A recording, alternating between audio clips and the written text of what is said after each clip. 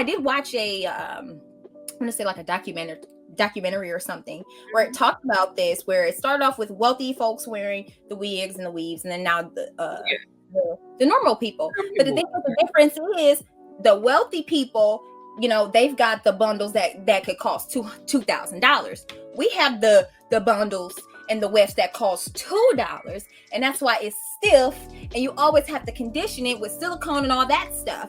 Like, honey, wear your hair, because you're not gonna have to again spend all of that money. You're not gonna look like you certainly, because I'm trying not to be, you know, to me. No, you can. I mean, literally, the fact that we're having this conversation, like we're trying to you're essentially trying to lay out a case for why it's best for a woman to wear what grows out of their head. Like, just think about how crazy that is.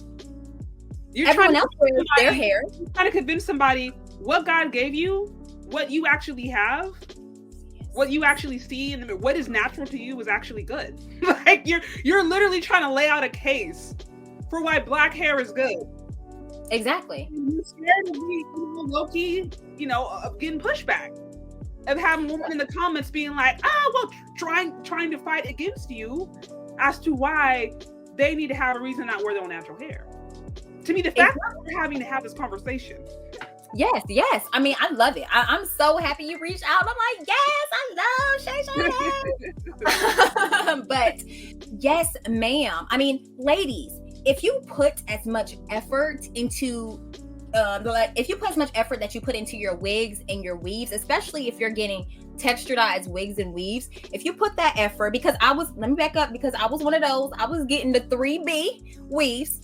Okay, from her hair company. It was $200 and it barely lasted me a few months. Okay, I was there. So if you put that same effort into your tresses that you put into the wigs and the weaves, baby, your hair is going to flourish in whatever texture is unique to you. And let me say this, ladies. You're wearing these straight and long weaves, right? That emulate non-Afro people, right? First of all, it doesn't match you, okay? I get it, you know, it's one thing if you straighten your natural hair, right? That's one thing. But literally, like, we know what we're talking about here. You're getting that versus what can grow out of your hair if you take care of it, if you water it, if you just put oil. All you need is oil and water, ladies. If you in a conditioner, that's really all you need to start to be natural. Our hair grows up and out. Isn't it more beautiful for us who are of Afro descent, African descent? Isn't it more beautiful for us to walk around with a mane and a crown, right? Rather than,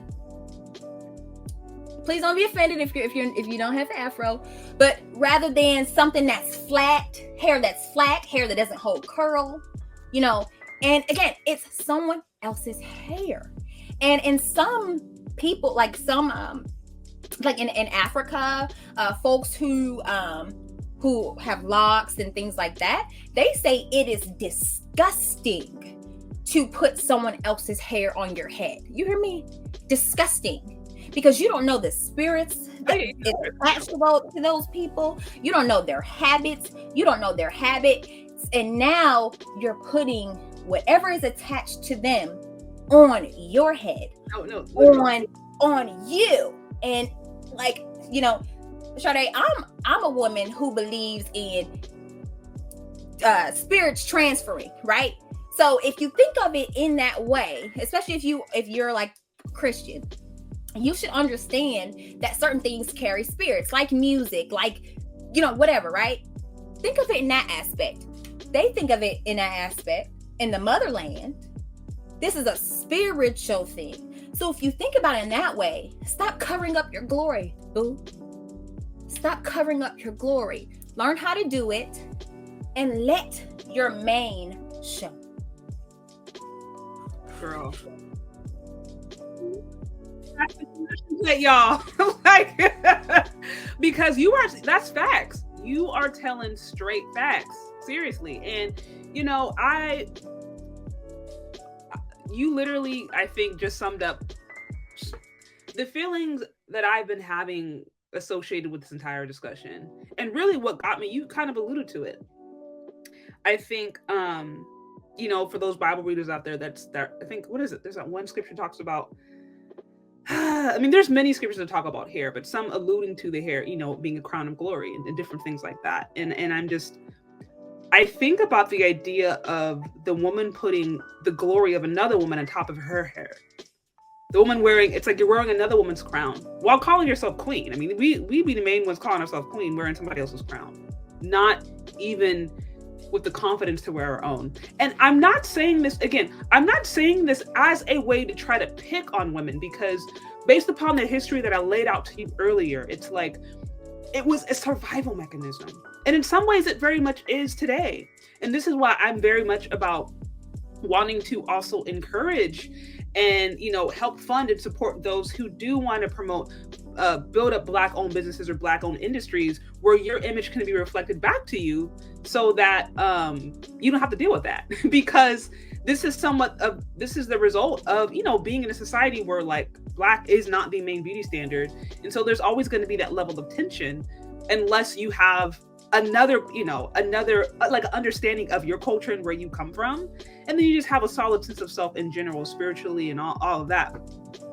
But that is what really stuck out to me. And I think I alluded this to the previous video that I got when I got married. That was the first time I had gotten a weave, because I wanted to have a very specific hairstyle for my wedding, and I was in a humid area, and I was like, if I do my hair is about to be all frizzed up, I don't want to be heating it. So I decided to get a weave for my wedding because I wanted a specific hairstyle, and I was like, this is going to be probably one of those rare times.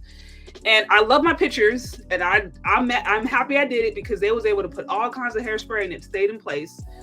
But I remember after that, you know, I had it on for, you know, maybe like a week or so, and it just was a very strange experience, because it's like I had to learn that hair.